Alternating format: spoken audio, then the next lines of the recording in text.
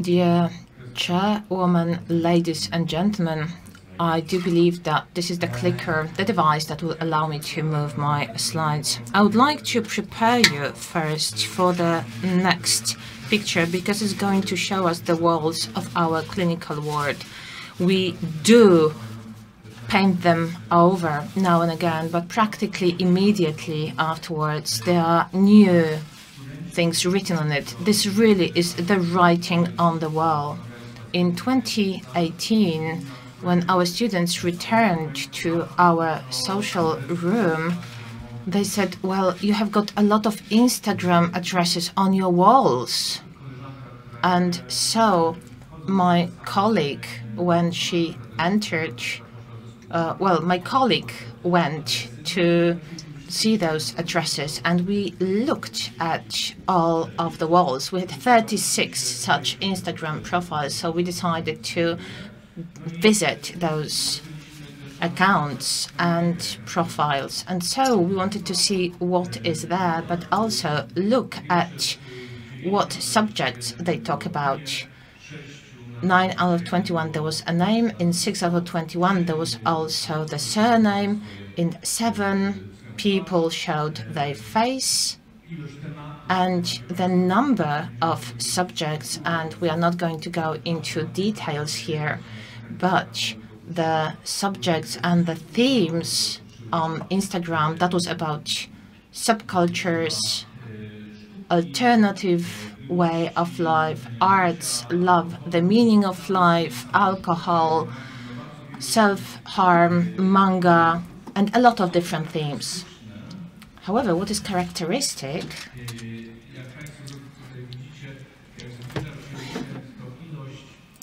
and over the weekend, when the weekend was coming, the amount of posts that were appearing on the Instagram, there was actually an increase of activity because our patients would go home and also send information to the world. And so it turned out that we discovered a world that we didn't know about. It was our students of psychology and psychiatry that discovered that world. And then we found out that those who leave our clinic, they create such a subculture. They are members of internet groups, and they are people who've been hospitalized, yet they are at the hospital, they will be in a hospital actually. People who actually agree and they come up with the dates when they are going to be at the hospital. We realize that that's the world that we don't have any access to. And so when our clients, when our patients talk about the internet, they listen to it, but they laugh a little bit because they think that, you know, what I may know about the internet, it's just a risk connected with the Facebook, yes, because I'm not a person who is in touch with the new media, with the new trends or phenomena, because that's for the younger people. Well, what I learn about the internet is from my patients. They surprise me with information that I check. And I'm surprised very often. So very often I now hear about it from my patients. I'm going to tell you about different facts that are here about from my patients, but then I check it, and so I learn about it from different publications as well regarding psychiatry and psychology. So I keep on learning. For example, last week I spoke with a teenager and I asked that person, do you spend a lot of time using the internet? Yes. What do you do there? I talk.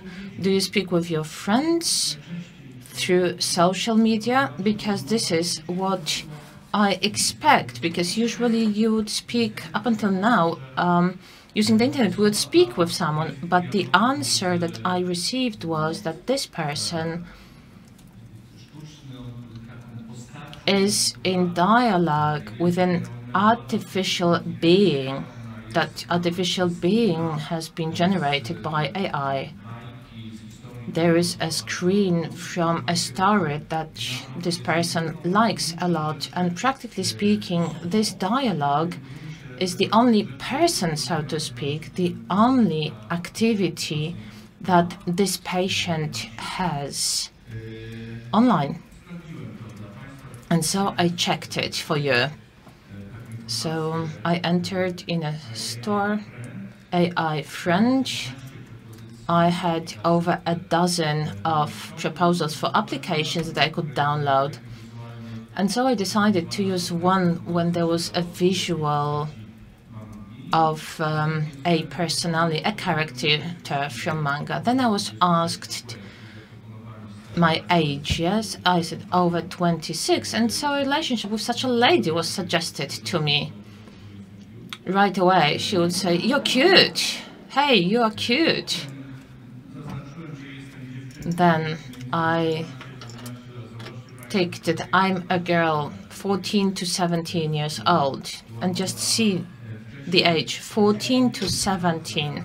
As it has been mentioned before, no one checks who I am, who logs into the web, who is using this smartphone. And this age actually is in line with the legal provisions, and so a relationship with such a boy was suggested to me. And right away, the conversation would introduce a triangle, so to speak, in this conversation. And then I also checked the option for a non-binary person. There was also a conversation that was suggested of a triangle, that this character in the very beginning of the dialogue is trying to get me into a dialogue to just leave all other dialogues. In order to move on, I would have to register. There were additional activities. But this is as if I entered the world that we don't know. I entered the world that we hear from our patients more and more often.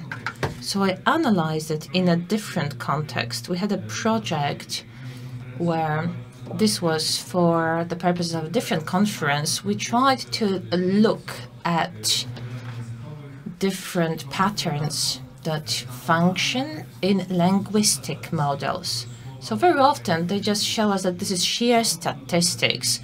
The fact that we have got words that come into sentences, these are just strings of words. And this is what we can also achieve with machine learning. So we use different servers, different IPs with my colleagues, and so we started dialogues with one of the chat GPT versions. So at some point we also wanted to show that chat GPT is wrong, and each time we would hear, "Oh, I am sorry, you are right," so that there is a different layer that is not so unambiguous in this model that construes a relationship model.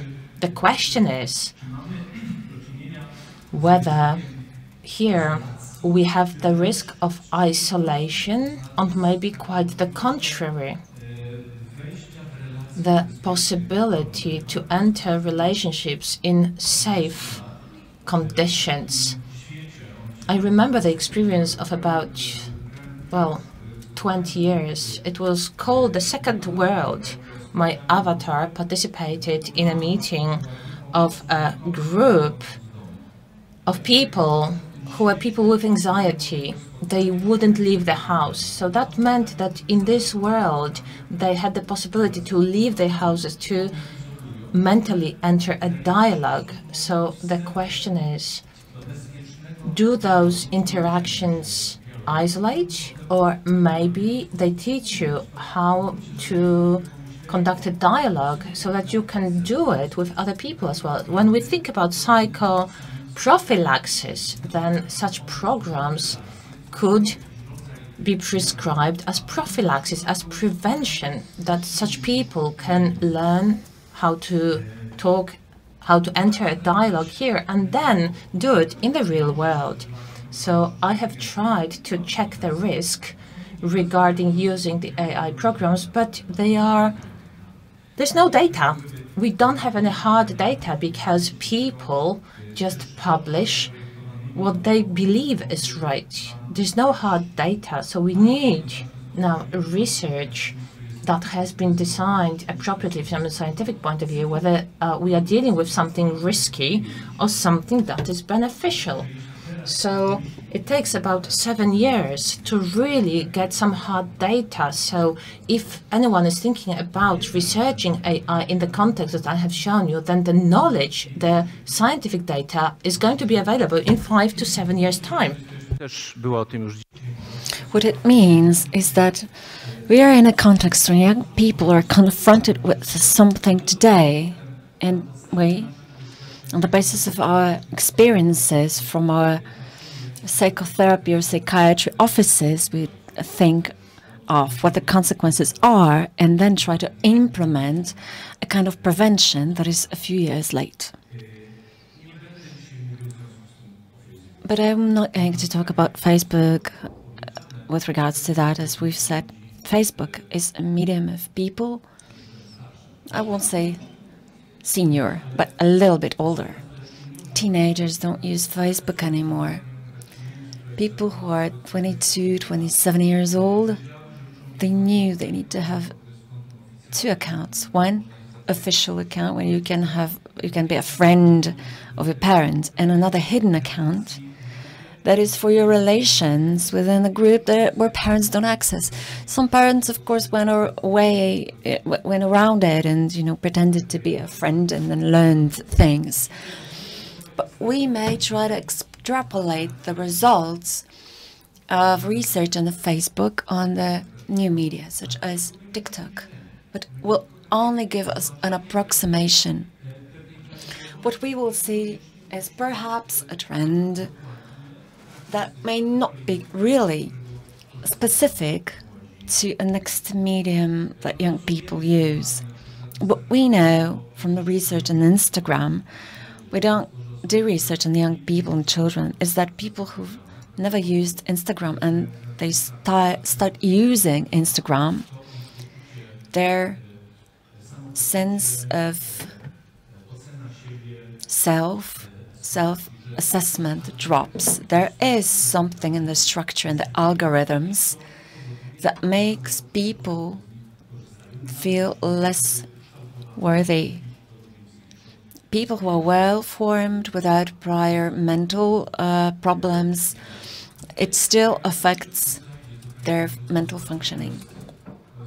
What you can see in the slide on the bottom is the information and what children may use. How many of them do you know? Which of them are ones that you've already heard about? I'm not reading the first ones, but there's TikTok, WeChat, Facebook Messenger, Telegram, Snapchat, the following ones. There are places where the world is moving on, the world of your children, your teenagers. When I speak to young people who use computer games quite intensively,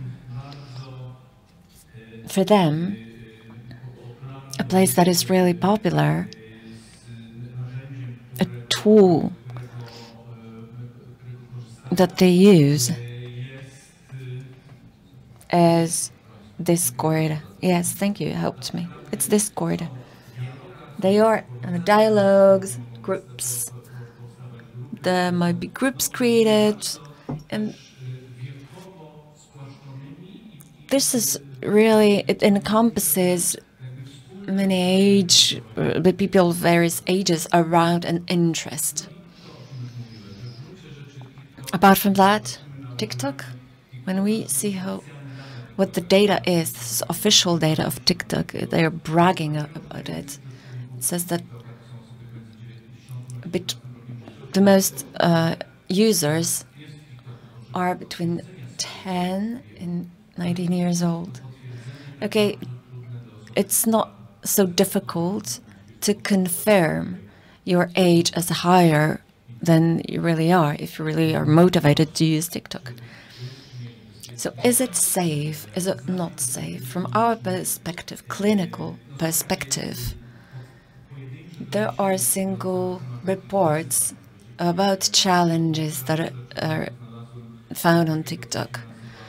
In the literature, I found a skull-cracking challenge. One person jumps up and two people stand to the both sides of that person, and when the person lands, they kick that person's feet.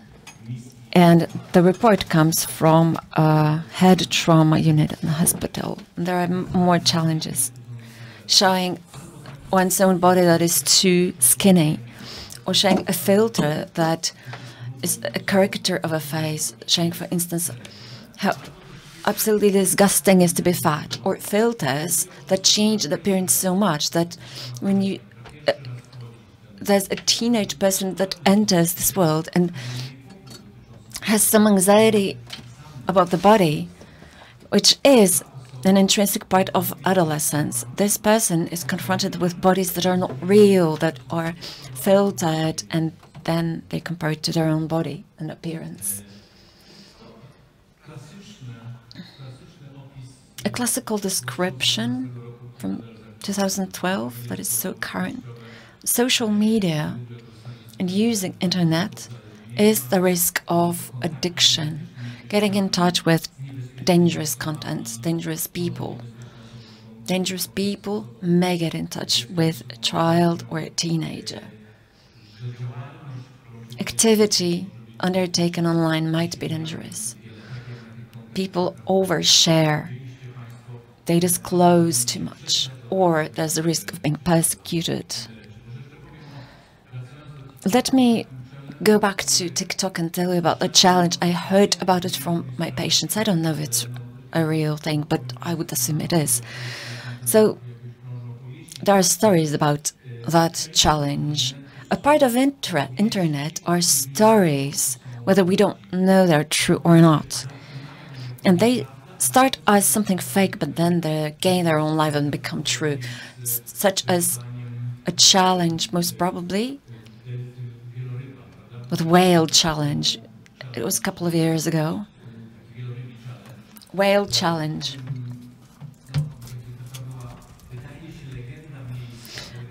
It seems like it was an urban game, Blue Whale.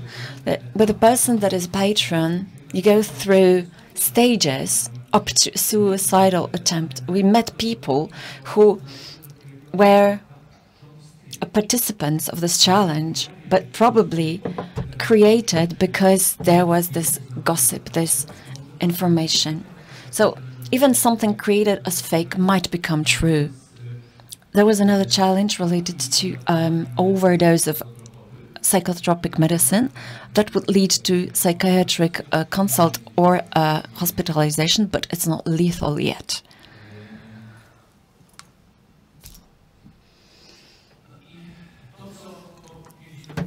We were supposed to be talking about a change, so what looks like a considerable change is that it's difficult to separate the real life from the virtual life of young people. There are phenomena there that seem to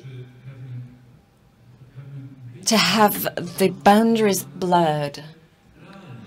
So the identities become reality. They are related, for instance, with really far-going and consistent overtaking of identities from internet. When patients that come to us, they come like in a cosplay, they come dressed up as personas that they identify with. 10 years ago, we used to think of internet as a forest from little Red Riding Hood story, a story where we have a place, children go to that place, it's dangerous, and then they happily come back. But we know now that the space of internet is not a space where we can clearly separate what's happening in our homes, schools, in our lives, in the lives of our children, or the people that are under our care. Now, in this TikTok pace, let's say, let me tell you about what are the areas of psychopathology that has been important for the last 10 years, in my opinion. What changed? Obviously, we understand how risky the gaming is, and we understand it better and better, but there is a sense of taking that pathological quality out of gaming. People who enjoy gaming, they often consider contests, or they have a professional career in mind. So the boundary between an addiction or something that may be constructive seems to be thinner. For instance, there are parents whose children are fascinated with Roblox. They try to moderate it and switch on the track into getting interested in programming.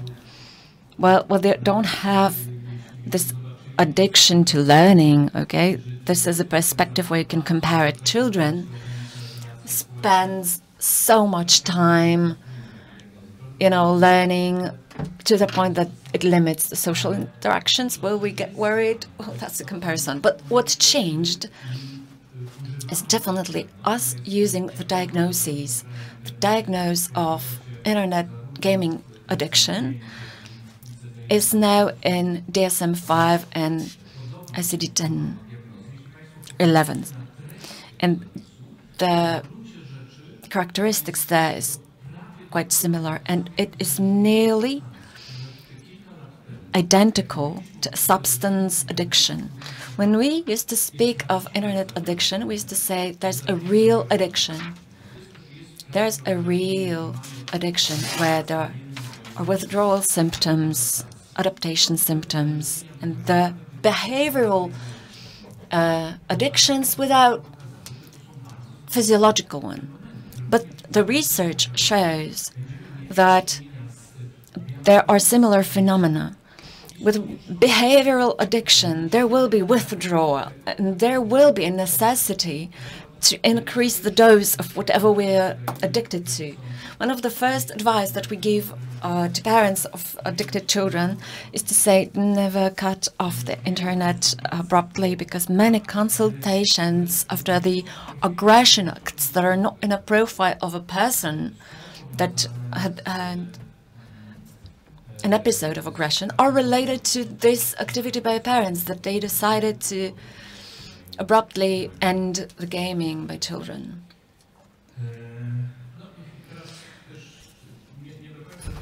We don't quite know yet how popular, what is the occurrence of the addiction, but we know definitely it's not separate from other emotional problems that children and young people have: anxiety, depression, impulsivity, ADHD.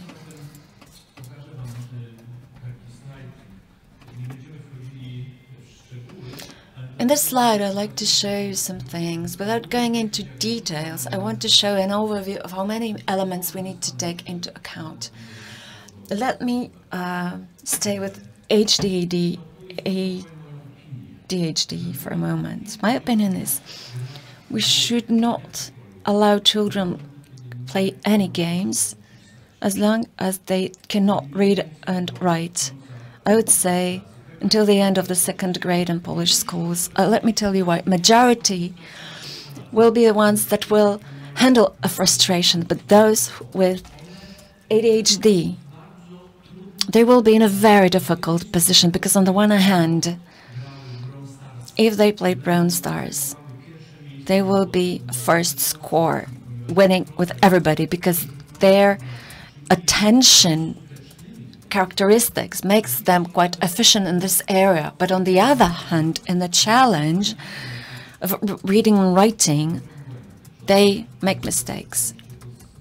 Very often there's dyslexia, there's dysgraphia, they switch the letters, they write not within the lines, and there is a tension created between the world in which they're effective and winners and the world in which they start failing.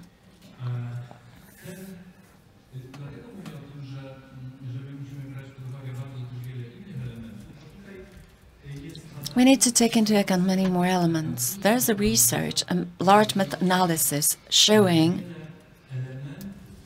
how many elements are related to the risk of gaming addiction.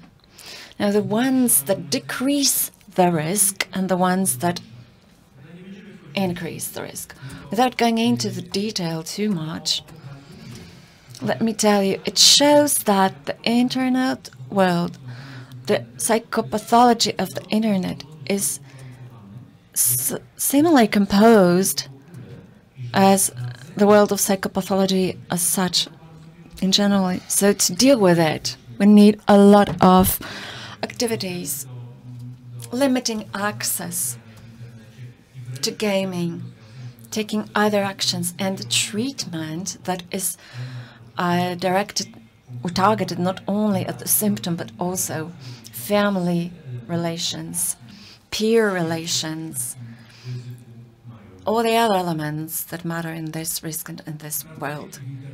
Drugs online. What has changed throughout the last 10 years is actually the fact that the whole drug trafficking is now online. It's effective, it's highly commercialized. This is one of websites. It looks like a website where we might actually read about drugs that says about the risks, but here there's a forum, and in the forum there are descriptions of users that use various substances, various drugs, and we learn a lot from there about drugs, because these people are often really give us first-hand description. So this is a cover-up, but underneath there's a forum of people using drugs with advertisements and information where you can use some elements of products that you can then use for producing your own drugs or substances that can easily be transformed into a psychoactive substance. These are marketing advertisements. There's a lot of information online also about the risk of processing the pharmacy drugs into substances that might be used for psychoactive substances. Now, violence online, cyber violence, is what we've talked about, but what seems to be new is that the cyber violence seems to be happening in closed groups where children participate with this feeling of being there a little bit illegally, and they don't share what happens to them. They don't share it also because they are afraid of being excluded from the groups. The world of those groups is quite hermetic. The quality of cyber violence is that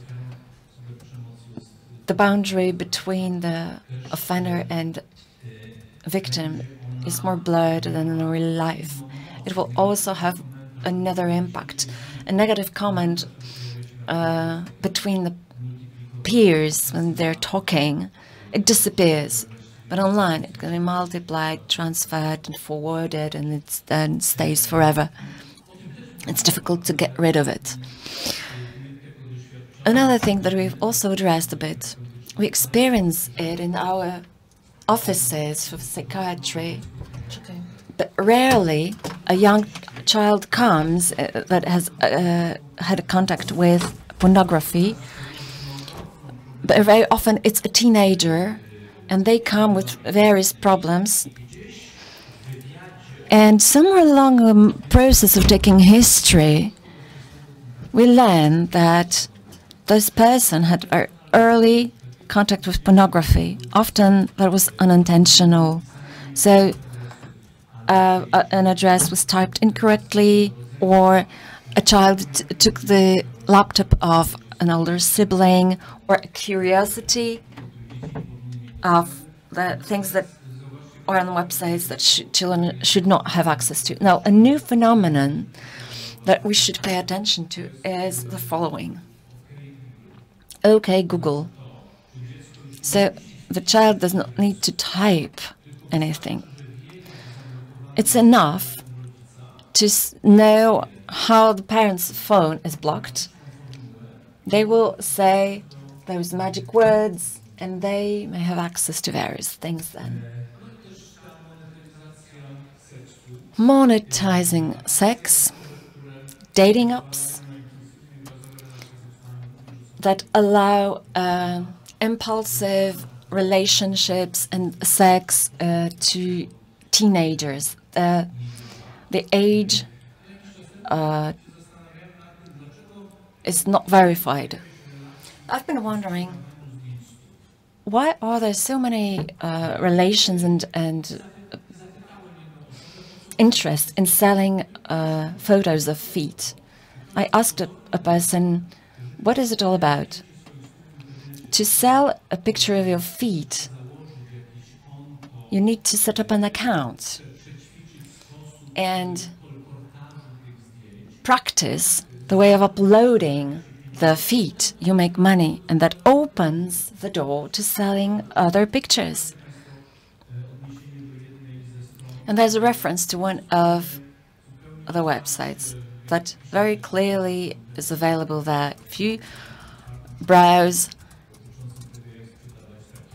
how to sell feet pictures online, it will take you through the process of, making money.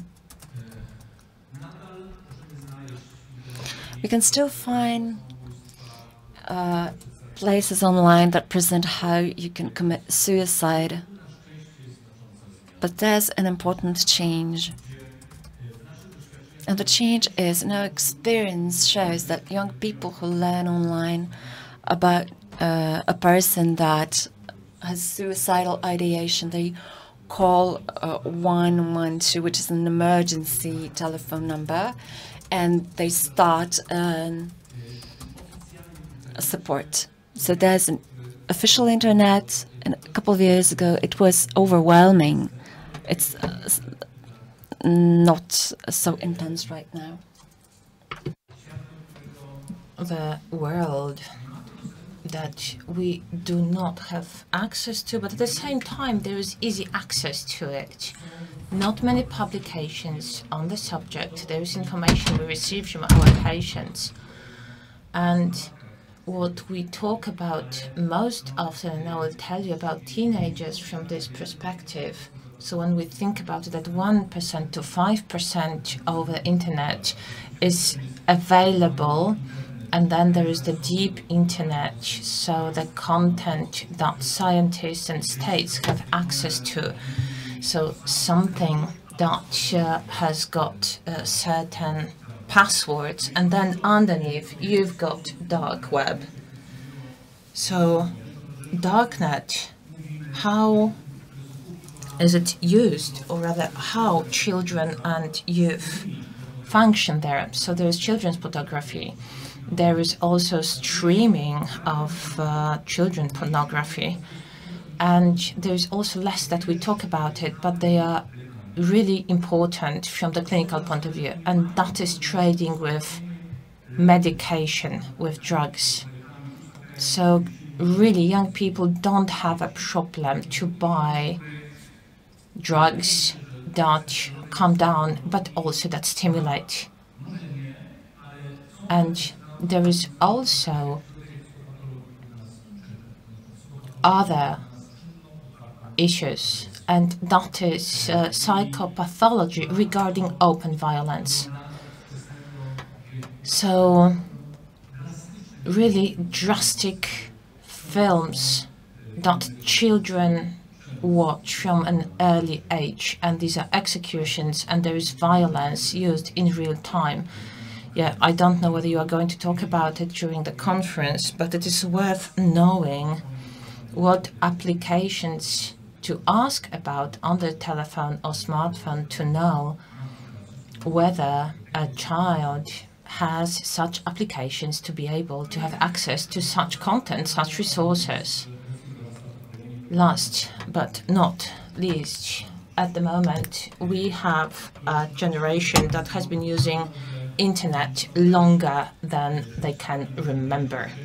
So now we can see that in a group of 350 children at the age of 6 months to 4 years, we can see that 96.6% started using mobile devices, 92.2% started using a mobile device before they turned 1, and the majority of 2-year-olds and above that age use it on a regular basis. So the social also relationships are formed in a different way than children who do not have contact with that. We have some basic knowledge regarding that, but we will know later on when we get more data.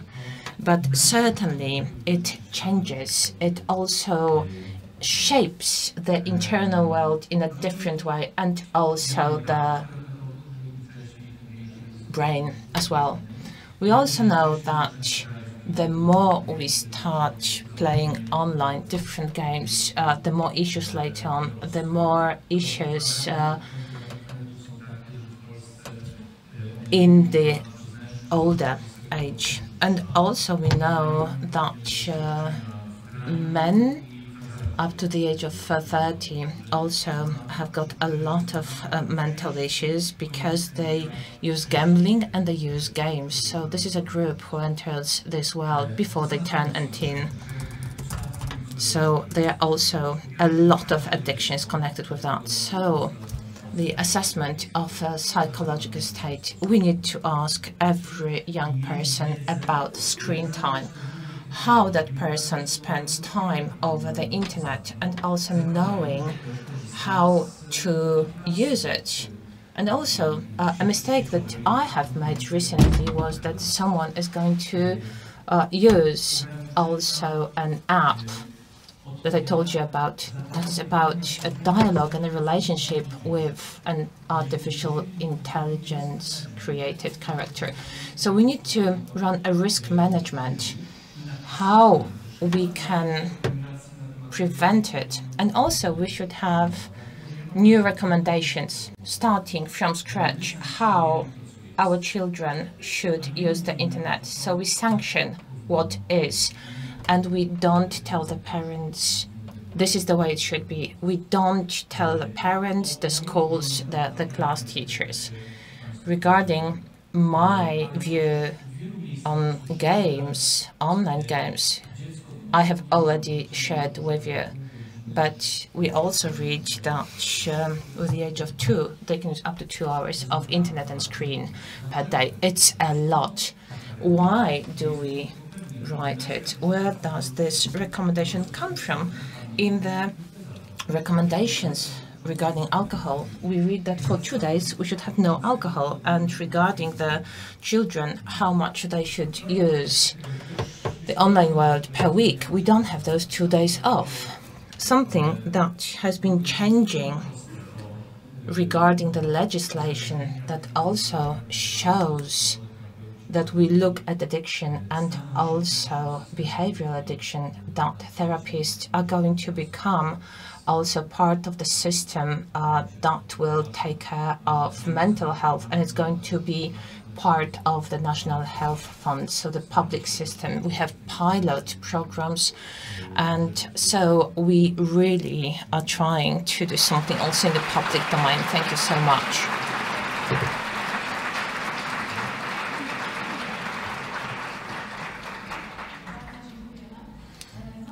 Thank you very much. So I have a question. Do you have any questions? We have the time, we have a microphone here in the hall.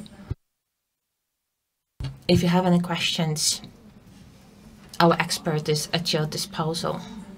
I cannot see much because I'm blinded by light, but I can see a hand in the air.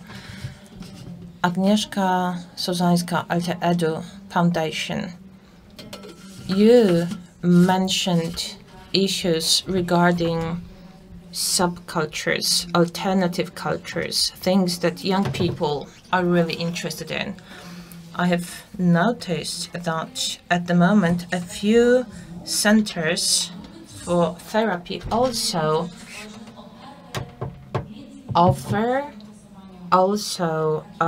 groups with training of social skills that are based on the hobbies of people on the spectrum. So I would like to ask you whether people with ADS on the spectrum should also be offered some island selected issues in the therapy or not. I can give you a very general answer, but now that you've mentioned, I just recalled therapy that was run by the very good female psychotherapist who was working with a really hyperactive child. So for 35 minutes she would play football with that boy, and then for 10 minutes they would talk. Another therapy, FIFA, I think, was the game that the person was fascinated with. So they would watch that game together for 10-15 minutes, and there was a conversation that would be sparked by this playing together. Regarding a different patient, there was nothing that worked, but something that allowed enter a dialogue with a neurodivergent person. So they started talking about an RPG game that allowed the therapist to start the conversation. So there are different ways of doing it. However, in therapy, we have goodwill, but we don't know if it's going to work. So when we start working on that, we need to see if there are benefits of that. What is the risk, if there is any, and what are the benefits? Thank you very much. A question asked online. How can we monitor the internet usage at school when there is no parental control over the phone? During the break, they can enter any content. So should there be a total ban on smartphones at home? 3 question marks. Answer. I spoke with my colleague working in France, and he said that tablets that are given by the school, they are turned on at 8 and switched off at 10 p.m., so 8 a.m. to 10 p.m. And also there is one parent who is on duty every day in the community. And one of the colleagues was shocked because he was on duty one day and had to monitor a few thousand messages that were sent. So I believe that the type of meeting that we are having here, the reflection, the sharing, is actually to shape the world anew, to ask questions and look for answers. And then there is a question from this part of the hall. Good morning, Judita Jankowska. And my question is, in the context of work of psychologists, therapists and psychiatrists, as well as remote work, I can imagine that during the pandemic we're forced into remote work, and so more and more children and youth want to use the service of a psychologist by doing that online. But for me, the observation of the child, the body and everything, I believe for a psychiatrist that is also very important. So I would like to know your opinion, because it's very difficult to find really expert content here. So whether we work on an ongoing basis or ad hoc, but working online with young people, and that is the work of psychologists and psychiatrists. Answer. During the pandemic, there was an answer from the Polish Association of Psychologists and Psychiatrists that therapy should not be started online if there is a possibility to see each other face to face. Online is useful and can be used when there is isolation, necessary isolation, or a trip when someone is traveling. However, I am of the opinion, just like many people dealing with this issue regarding especially public health care, that we say that online is possible if it's absolutely necessary. It shouldn't be in standard. Maybe that will change in 10, 20 years' time. But if we are not face-to-face with someone, if we don't have this personal relationship, we lose an important channel of communication and influence. Thank you very much, Professor.